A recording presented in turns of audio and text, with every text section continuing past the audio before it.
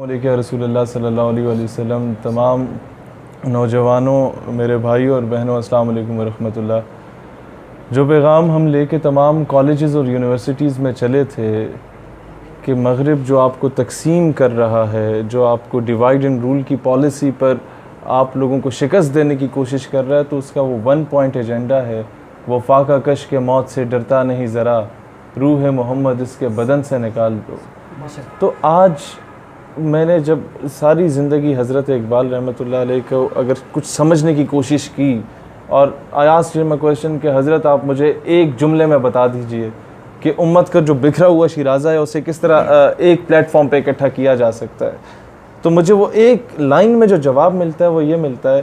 کہ the power that can blow the dead body of Ummah is Islam and all that Islam lies in عشق رسول علیہ الصلوۃ والسلام، کہ وہ قوت جو مسلمانوں کے مردہ ضمیر کو جھنجھوڑ کے زندہ کر سکتی ہے، اس قوت کا نام اسلام ہے،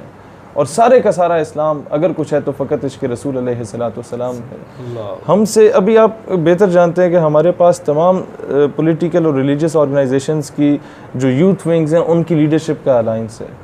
اب اکثر لوگ پوچھتے ہیں کہ آپ لوگوں کا جھکاؤ بابا جی کی طرف کیوں ہے؟ میں تو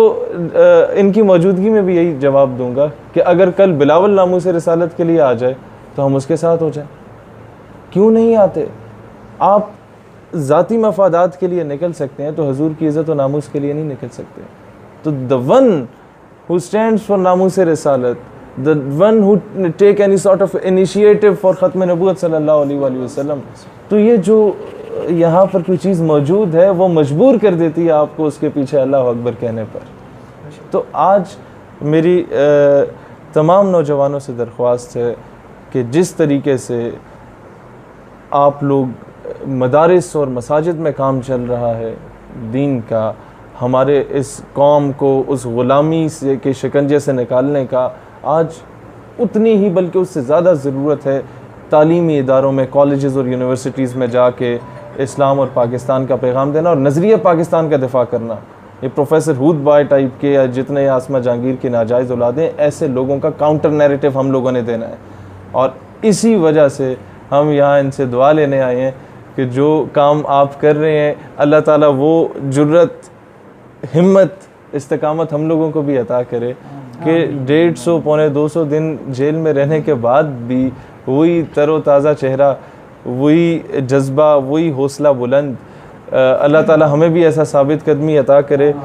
کہ اس حالت میں بھی اگر انہیں یہ کہیں کہ یہ معذور ہیں تو معذور یہ نہیں، ہماری سوچ معذور ہوگی۔ اللہ تعالیٰ نے ان سے جو کام لیا ہے کہ ایک بہت سمپل سی بات ہے کہ آپ ان کے حق پہ ہونا یا حق پہ نہ ہونے کو اگر آپ دیکھیں، ایک جملے میں ڈیفائن کرنا چاہوں تو وہ یہ ہوگا کہ جب یہ گرفتار ہوئے تو گریٹ ولڈرز نے جشن منایا تھا اور کہا تھا کہ I would like to appreciate the government of Pakistan, کہ میں انہیں شاباشی دینا چاہتا ہوں کہ آپ نے ایسے شخص کو گرفتار کیا۔ اس بندے نے جشن منایا جو کہ گستاخانہ خاکے ہالینڈ میں شائع کر رہا تھا، اور آج جب یہ رہا ہوتے ہیں تو اسی کے پسینے چھوٹ رہے ہوتے ہیں۔ رہا تو یہ پاکستان میں ہو رہے ہیں، پسینے لوگوں کے کہاں کہاں چھوٹ رہے ہیں۔ تو ہم ہر اس شخص کے دست و بازو بنیں گے جو قادیانیت کے خلاف اور ختم نبوت صلی اللہ علیہ وسلم کے حق میں کھڑے ہوں گے، اور مجھے تو فخر ہے کہ ہم ایک ہی قوم، خطے، قبیلے، ایک ہی علاقے سے تعلق رکھتے ہیں، اور بابا جی سے بھی کہیں گے کہ آپ ہمارے لیے دعا کریں، اور کوئی نوجوانوں کو حضرت اقبال کی روشنی میں کوئی ایک شعر کی روشنی میں اگر کہنا چاہیں تو آپ۔ اللہ تعالیٰ آپ کے حوصلوں کو مزید بلند فرمائے، آمین۔ اور آپ جو مشن جاری رکھے ہوئے ہیں اس مشن کے لیے سارے نوجوان آپ کے ساتھ کھڑے ہو جائیں، اور پاکستان کا مستقبل انشاءاللہ پہلے بھی روشن ہے، مزید روشن ہو جائے گا۔ اور آپ نے جو بات کی ہے وہی اقبال نے کہا، زاں کے ملت را حیات از عشق اوست اور برگو ساز کائنات از عشق اوست۔ اقبال کہتا ہے امت مسلمہ اگر دوبارہ اپنا وقار بحال کرنا چاہتی ہے تو اس کا ایک ہی ذریعہ ہے کہ وہ اپنے دلوں کے اندر عشق رسول پیدا کرے۔ ہاں جی، بس یہی پیغام ہے اقبال کا، اور اقبال کی